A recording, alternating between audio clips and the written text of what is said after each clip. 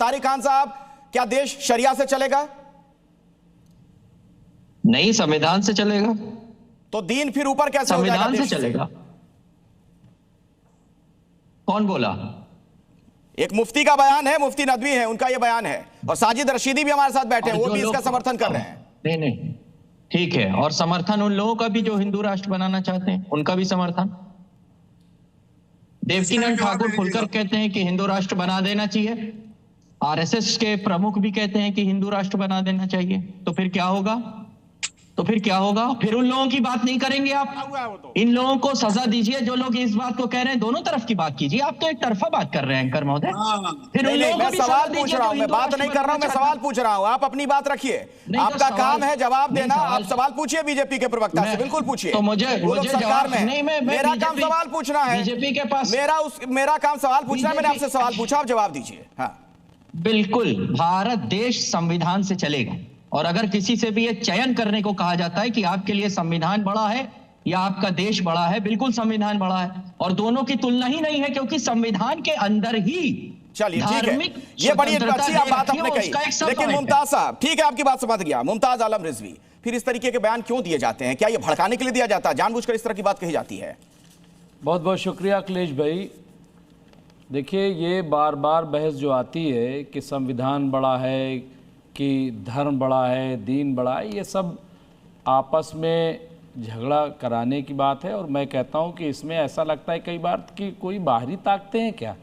ये कौन लोग हैं जो इस तरह के रोज सवाल खड़े कर देते हैं? साजिद रशीदी को बाहरी मान रहे क्या? नहीं, वो साजिद रशीदी हमारे साथ, उन्होंने भी ये बात कही है। नहीं, साजिद रशीदी की आपने बात नहीं सुनी गौर से। उन्होंने कहा कि आप ये सवाल, जिन्होंने कहा गीता बड़ी है संविधान से, उनसे आपने ये सवाल क्यों नहीं पूछा? बिल्कुल पूछा, सबसे पूछा जाता है, सबसे पूछा जाता है। लेकिन अगर आप शरिया को कोई बड़ा बताने लग जाएगा, सवाल तो पूछा जाएगा ना भाई। अरे भाई, तो ये आपने गीता वालों से क्यों नहीं पूछा? बिल्कुल पूछा।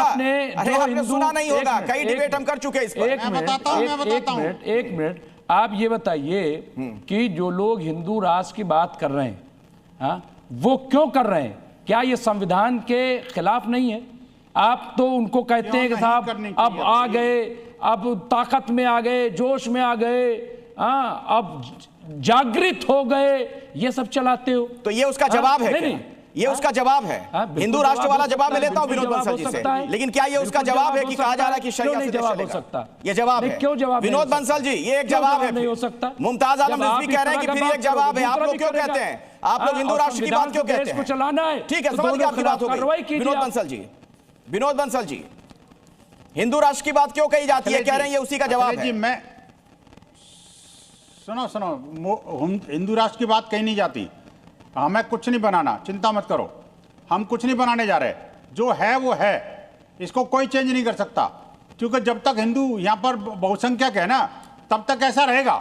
जिस दिन हिंदू अल्पसंख्यक हो जाएगा, उस दिन वही होगा जो सीरिया में हो रहा है, जो अफगानिस्तान में हो रहा है, पाकिस्तान में हो रहा है। लेकिन मैं एक बात कहना चाहता हूँ अखिलेश जी, मैं कहता हूँ डंके की चोट के साथ में, मैं डंके की चोट के साथ कहता हूँ, मेरा भारत का संविधान मेरे सभी धर्म ग्रंथों से ऊपर है। और मैं कहना चाहता हूं, मेरी कोई भी प्रार्थना तब तक सफल नहीं होती, तब तक सक्सेसफुल नहीं होती, जब तक मैं भारत माता की जय नहीं बोलता। आप मुझे बताइए कि ये चारों में से कोई, आपको जो पैनलिस्ट बैठे हैं, तीनों चारों में से कोई एक कह सकता है क्या? अरे आपको तो पैसे मिलते हैं भारत का संविधान कि किसी मुसलमान को भारत माता की जय कहलवा लो। मेरे एक सवाल चैलेंज करता हूं, मेरे एक सवाल का जवाब दीजिए। डिबेट में आपको आकर के यही मेरे एक सवाल का जवाब दीजिए। चार सवाल का जवाब नहीं, आप क्या क्या दिखा दीजिए। हर